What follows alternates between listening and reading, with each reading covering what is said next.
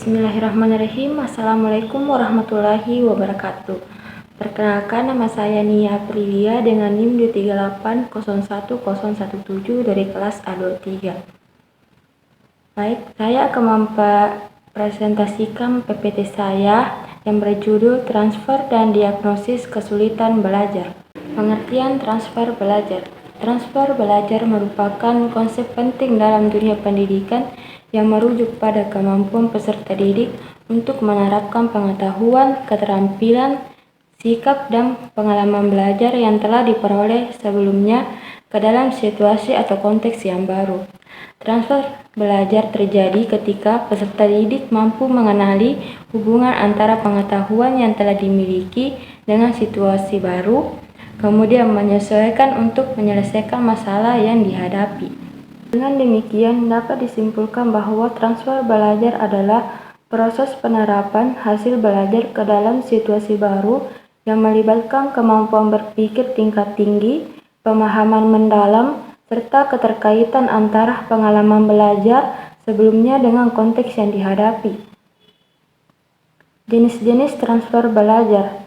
Yang pertama, transfer positif. Transfer positif terjadi ketika pengalaman belajar sebelumnya memberikan pengaruh yang menguntungkan terhadap proses belajar atau penampilan berikutnya. Artinya, apa yang telah dipelajari sebelumnya memudahkan proses belajar hal yang baru. Misalnya, seseorang yang sudah mahir mengendarai sepeda motor akan lebih mudah belajar mengendarai mobil dibandingkan dengan orang yang belum pernah mengendarai kendaraan bermotor sama sekali. Transfer negatif. Transfer negatif terjadi ketika pengalaman belajar terdahulu mengganggu atau menghambat proses belajar berikutnya. Contohnya adalah seseorang yang terbiasa mengeja menggunakan kaidah bahasa Indonesia akan mengalami kesulitan ketika belajar mengeja kata-kata dalam bahasa Inggris yang memiliki pola ejaan yang sangat berbeda. Kemudian transfer nol. Transfer nol terjadi ketika pengalaman belajar terdahulu tidak memberikan pengaruh sama sekali, baik positif maupun negatif, terhadap proses belajar berikutnya. Hal ini biasanya terjadi ketika dua materi atau situasi belajar sama sekali tidak memiliki kaitan satu sama lain. Transfer lateral dan vertikal. Transfer lateral adalah transfer yang terjadi pada tingkat kesulitan yang sama. Seseorang dapat menerapkan pengetahuan yang dimiliki untuk memecahkan masalah pada tingkat yang setara. Sedangkan transfer vertikal adalah transfer yang terjadi pada pelajaran yang lebih sederhana ke pelajaran yang lebih kompleks dan berada pada tingkat yang lebih tinggi. Transfer dekat dan jauh. Transfer dekat mengacu pada situasi di mana kondisi belajar dan kondisi penerapan sangat mirip. Sedangkan transfer jauh terjadi ketika pengetahuan atau keterampilan yang dipelajari diterapkan pada situasi yang sangat berbeda dari kondisi belajar semula. Transfer jauh merupakan tujuan akhir dari pendidikan yang bermakna.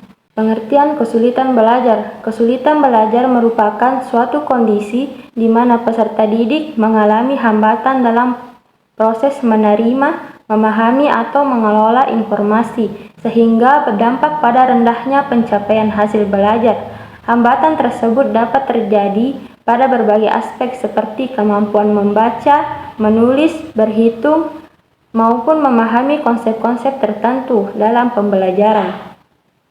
Kesulitan belajar juga dapat diartikan sebagai ketidaksesuaian antara potensi yang dimiliki peserta didik dengan prestasi yang dicapai. Artinya, peserta didik sebenarnya memiliki kemampuan yang cukup, namun tidak dapat menunjukkan hasil belajar yang optimal karena adanya hambatan tertentu dalam proses pembelajaran.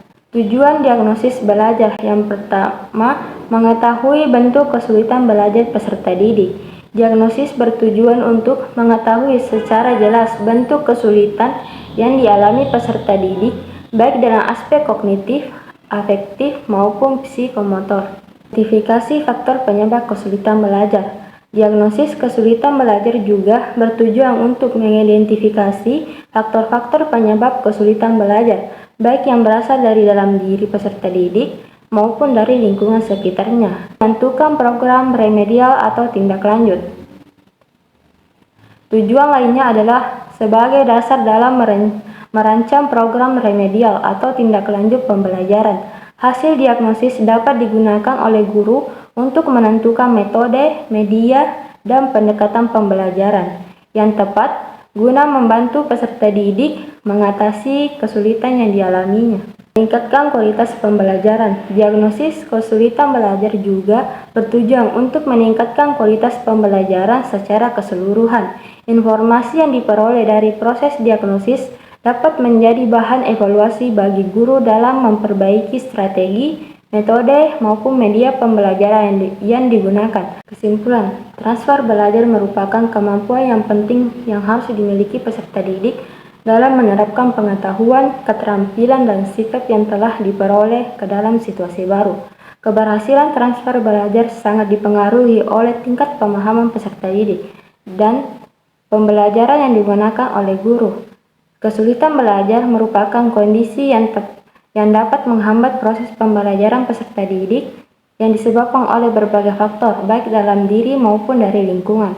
Diagnosis kesulitan belajar menjadi langkah yang sangat penting untuk mengidentifikasi bentuk serta penyebab kesulitan yang dialami, sehingga dapat diberikan penanganan yang tepat. Sudah tadi penjelasan dari PPT saya, kurang dan lebihnya mohon dimaafkan. Wabillahi taufiq wal hidayah. Wassalamualaikum warahmatullahi wabarakatuh.